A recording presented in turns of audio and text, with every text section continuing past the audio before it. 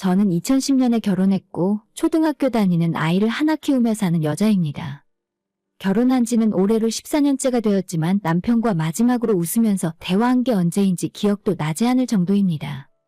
처음엔 시부모가 문제라고 생각하면서 왜 내 결혼 생활을 자꾸 방해할까 원망이 심했었는데 이제 와서 생각해보니 결국 남편부터 문제가 심각했어요. 그걸 왜 이제야 눈치를 챘을까 멍청한 제 자신이 한탄스럽고 후회가 되긴 하지만 아직 어린 아이를 생각하고 남은 제 인생을 생각해서라도 정신 바짝 차리고 살 겁니다. 저런 인간들 때문에 스트레스 받고 슬퍼하고 있는 시간도 너무나 아깝네요.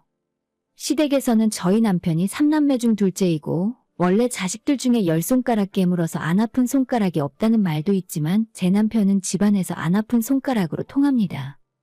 남편의 위로는 시부모님의 사랑을 한몸에 받고 있는 집안의 장남 큰아주버님이 있고 밑으로는 남편과 8살 차이가 나는 막둥이 신우가 있는데 시부모님은 막내 신우를 공주라고 부를 정도로 끔찍하게 아끼십니다. 중간에 애매하게 걸쳐있는 우리 남편만 집안에서 은근히 찬밥이고 시댁에서 다들 우리 식구를 만만하게 생각합니다. 사실 시어머니께서 더 그럴 만한 이유가 있는 게 첫째 아주버님은 어려서부터 동네에 소문이 날 정도로 신동소리를 들을 만큼 공부를 잘해서 집안의 온기대를 한몸에 받았습니다. 지금도 어머님께서는 우리 첫째가 국민학교 다닐 때 맨날 1등만 하고 반장만 했다고 말씀을 하시는데 사실 중학교 이후로 성적이 많이 떨어져서 나중엔 평범했다고 해요. 집안에서 받는 기대가 있으니 현실을 인정 못하고 재수 3수 끝에 간신히 턱걸이로 지방의 국립대학을 들어갔는데 그때도 시부모님이 친척들 지인들 다 불러서 잔치를 벌일 정도로 기뻐하셨다고 합니다. 그 뒤로 대학 졸업 후 멀쩡히 동네에서 은행에 잘 다니고 있다가 본인은 물론이고 시부모님 그리고 그 집 장인장모 명의까지 다 끌어서 대출로 건물을 올렸는데 그게 어떻게 잘못되면서 한순간에 온 집안이 망했어요. 각자 한 사람 앞으로 억대의 빚이 생기고 식구들끼리 다 모여서 서로 멱살 잡고 욕을 하고 완전 난리도 아니었죠. 덕분에 그 뒤로 아주버님은 이혼을 하게 되었고 신용불량 상태입니다. 지금은 집도 절도 없이 시댁에서 시부모님이랑 함께 살고 있어요. 저희 시댁도 그 일이 있기 전까지는 멀쩡하게 시부모 명의로 된 아파트에서 살고 계셨는데 그때 집 날리고 지금은 빌라에서 반전세로 살고 계시죠. 아직도 그 집안 식구들은 전혀 회복 못했고 이런저런 작은 일하면서 요즘도 종종 한 번씩 제 남편에게 돈을 빌려달라는 전화를 심심찮게 하십니다. 그리고 막내 신우는 결혼하고 멀쩡히 맞벌이하면서 잘 살다가 3년 전에 암 진단을 받은 뒤로 다니던 직장까지 때려치우고 지금은 집에서 요양하며 살림만 하고 있어요. 신우 남편의 외벌이로 아이까지 하나 키우면서 살다 보니 형편이 팍팍한 건지 아니면 몸이 아파서 그런 건지 가까이 살면서 시부모님 생신 같은 집안일에도 잘 오지도 않고 먼저 연락 안 하면 어떻게 사는지 소식도 전혀 못 듣습니다. 그나마 저희가 아이 하나 키우면서 남편과 제가 맞벌이하고 그럭저럭 먹고 사는 정도로 살아요. 그래서 그런지 신혼 초부터 쭉 저희 남편이 시댁에 돈줄이나 마찬가지였고 지금까지도 시댁 식구들은 남편과 제 피를 쪽쪽 빨아먹고 살아요. 이런 시댁 집안 상황을 자세히 듣지 못했기 때문에 잘 모르고 결혼했었고 사실 제가 결혼했을 때까지만 해도 완전 집안이 기운 상태는 아니었어요. 우리 아이가 태어나고 돌진하기 얼마 전에 아주버님이 이혼하셨고 그 뒤로는 완전 콩가루 집안이나 마찬가지입니다. 원래 그런 사람들인 건지 아니면 상황이 사람을 그렇게 만드는 건지 시댁 식구들은 저희가 뭔가를 해줘도 고마운 줄 모르고 오히려 더 내놓으라고 당당하게 요구하면서 시간이 지날수록 더 뻔뻔해집니다. 공식적으로 우리 부부가 시어머니한테 보내드리는 용돈과 생활비는 매달 50만 원씩 드리고 있고 그 외에도 각종 잡다한 일로 비정기적으로 5만 원, 10만 원씩 뜯어가는 일이 다반사예요. 이제 나이가 40대 중반에 접어드는 우리 남편 한 달 용돈은 고작 30만 원인데 자기 입으로 말은 안 하고 있지만 매달 그 중에서 최소 절반 정도는 시어머니와 아주버님에게 뜯기고 있는 걸로 알고 있습니다. 본인도 스트레스 받고 힘들겠지만 그래도 자기 집안 식구들 일이라 어디 가서 말도 못하고 혼자 끙끙 앓고 있는 걸로 알아요. 저희 시어머니의 첫인상은 조금 도도하고 고고했어요. 제가 결혼 승낙 받으러 처음으로 시댁에 인사드리러 찾았을 때도 저를 환영하고 반기는 대신 본인들 집안이 얼마나 뼈대 있고 대단한 집안인지를 우선으로 강조하셨고 결혼할 때도 돈을 아끼지 말고 격식을 있는 대로 차리라고 하셨지만 정작 우리 결혼할 때 현금으로 2천만 원 해주신 것이 전부였습니다. 그땐 아무것도 몰라서 2천만 원 해주신 걸로 감사하고 죄송한 마음이 들었지만 나중에 결혼하고 나서 알게 된 건 시댁에서 아주버님 결혼할 때는 신혼집 전세금으로 2억을 지원해 주셨고 그 2억도 나중에 아주버님이 폭삭 망하게 되면서 다 같이 날려버렸습니다. 아무튼 저희 결혼할 때 필요한 곳에 쓰라며 고작 2천만 원을 지원해 주셨는데 차라리 그걸 받지 말 걸 그랬어요. 돈 좀 줬다고 혼수는 물론이고 시댁 예단까지 알차게 요구하시더라고요. 그래도 받은 게 있으니 어머님이 해달라는 거 다 해드리고 우여곡절 끝에 결혼했는데 나중에 아주버님이 사기당하고 돈 때문에 힘들어졌을 때 저희한테 줬던 돈을 도로 뱉으라 말씀하셨습니다. 미안한데 내가 너희들 결혼할 때 해준 2천만 원 있잖니? 그거 도로 나한테 갚아야겠다. 뭐? 당장 돈이 없다고? 너네 형이 지금 힘든 상황이라고 하는데 없으면 빌려서라도 해줘야지. 라고 하시는 바람에 저희 부부가 결혼하고 적금 들어놨던 것까지 다 깨서 결혼할 때 받았던 2천만 원을 고스란히 갚았어요. 그 뒤로도 아주버님 건물이 완전히 넘어가고 집안이 다 망가지기 전까지 저희한테 계속 목돈을 달라고 하셨는데 그것까진 제가 절대 안 된다고 막아서 시댁이 쫄딱 망할 때도 저희는 더 이상의 큰 피해는 없었습니다. 어차피 밑빠진 독에 물 부는 상황이라 저희가 얼마를 지원하건 같이 불구덩이로 뛰어드는 상황이었는데도 어머님은 요즘도 종종 그때 너희들이 도와주지 않아서 집안이 망했다며 저를 원망하세요. 아무튼 저희 월급날이 되면 매달 용돈 50만 원을 보내드리는데 그리고 일주일도 안 지나서 항상 시어머니에게 전화가 옵니다. 얘 날도 추워졌는데 네 시아버지 옷 한 벌 사드리려고 한다. 10만 원만 지금 당장 보내라. 내일 모레 병원 검진 받으러 가야 하는데 5만 원만 보내라. 하는 식이었고 맡겨놓은 돈 찾는 것처럼 저희한테 그런 식으로 돈을 받아가면서 단 한 번도 잘 쓰겠다 고맙다라고 인사 한마디 하는 법이 없었죠.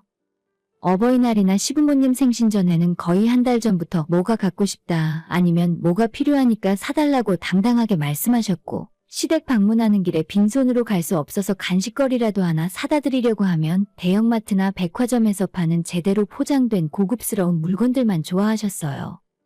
한 번은 제가 우리 아이 학교 개교 기념일이어서 안 가는 날이라 어쩔 수 없이 시댁에 맡겨두고 퇴근길에 아이를 데리러 갔어요. 빈손으로 갈 수는 없어서 급하게 시댁 근처에 있는 과일집에서 사과랑 귤을 좀 사서 들고 갔습니다.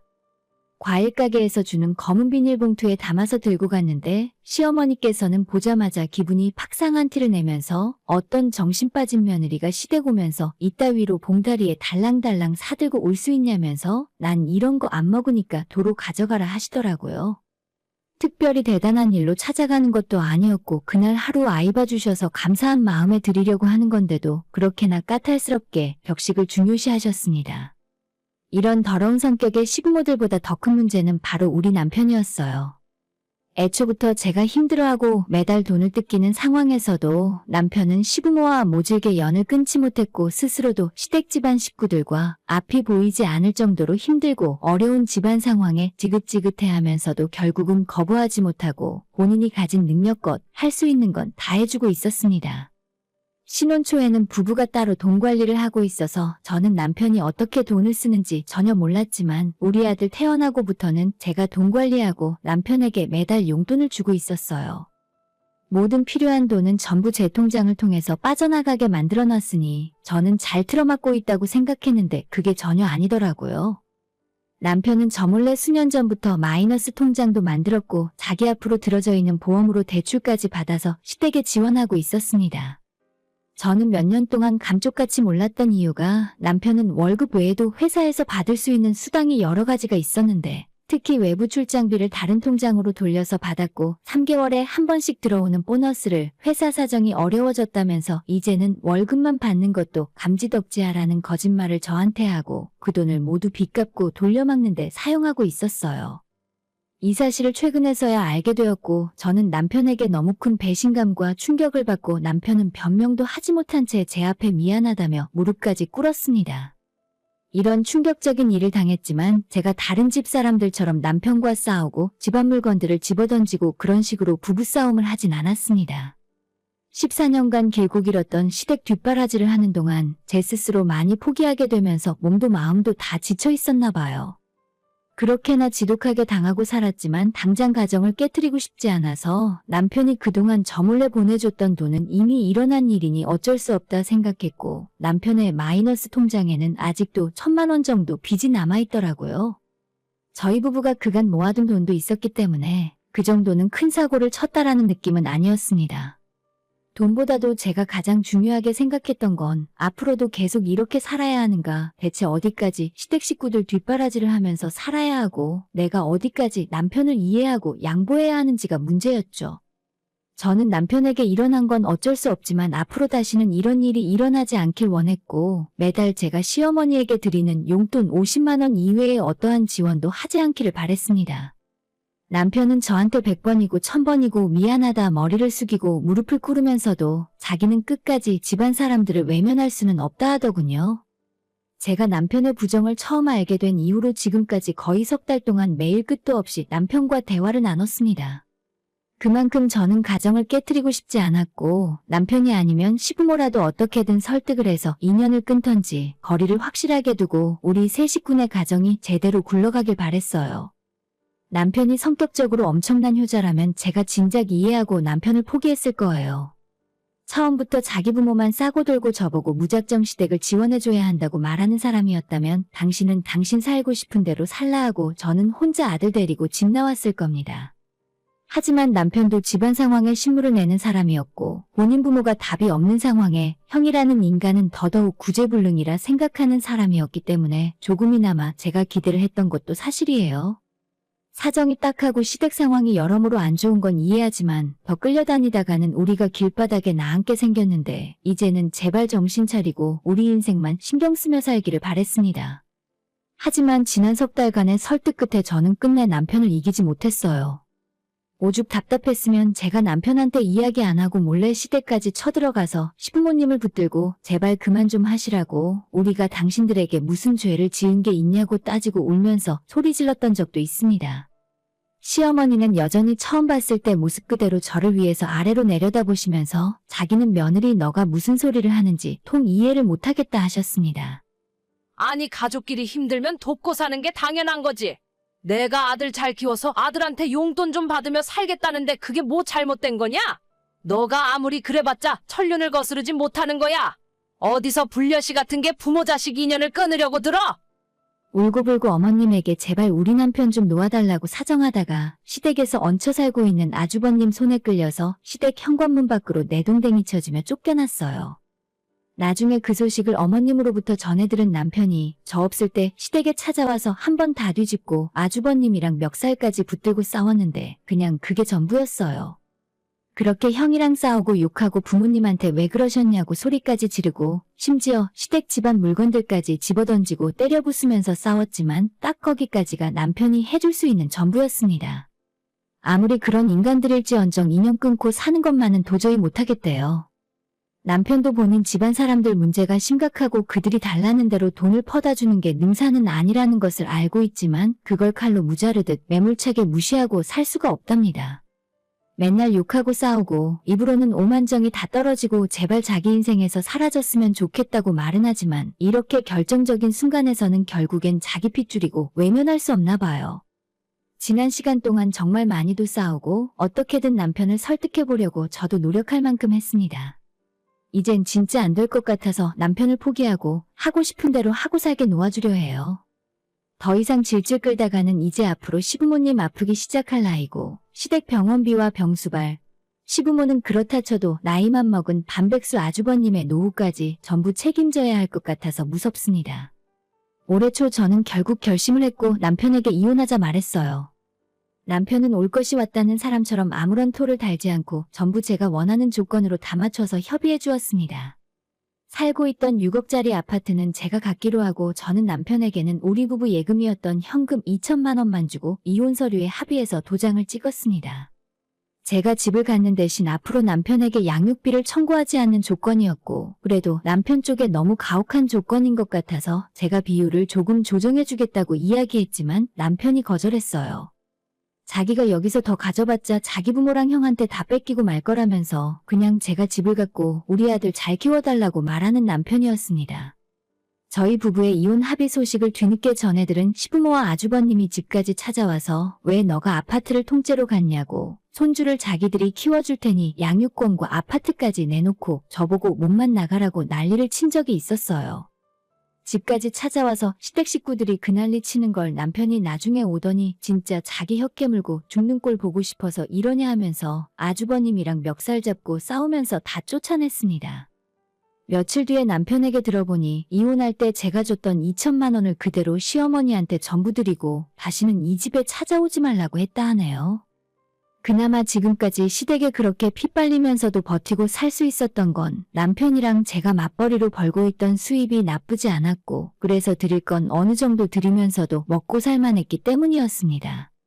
주변 사람들은 다들 저희 부부가 행복하게 잘 사는 모습만 보였기 때문에 대부분 부러워했었고, 속으로 이런 일이 있는지 모르고 있었어요. 그래서 제가 남편과 이혼한다고 말을 했을 때 다들 깜짝 놀랐습니다. 다른 이유라고는 말하기 싫고 저희는 그냥 단순히 돈 때문에 이혼하는 거예요. 가진 거라곤 그놈의 자존심밖에 없는 시부모가 앞으로 20년 더 사실지 30년을 더 사실지 알 수 없는 상황에서 제가 이 징글징글한 싸움을 더 해나갈 용기가 없더라고요. 남편과 이혼하고 싶지 않았던 것도 맞고, 우리 아이에게 아빠가 계속 옆에 있어주길 바랬지만 이쯤에서 서로 정리하고 각자 갈 길을 가는 것이 서로에게 좋을 것 같아요.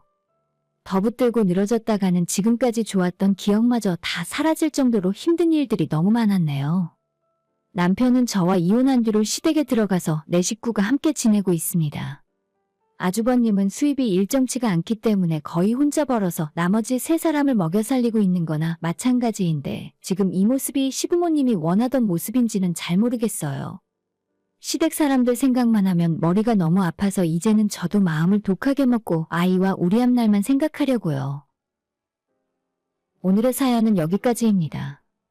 구독과 좋아요, 알람 설정 부탁드려요. 다들 행복하시고 좋은 하루 되세요.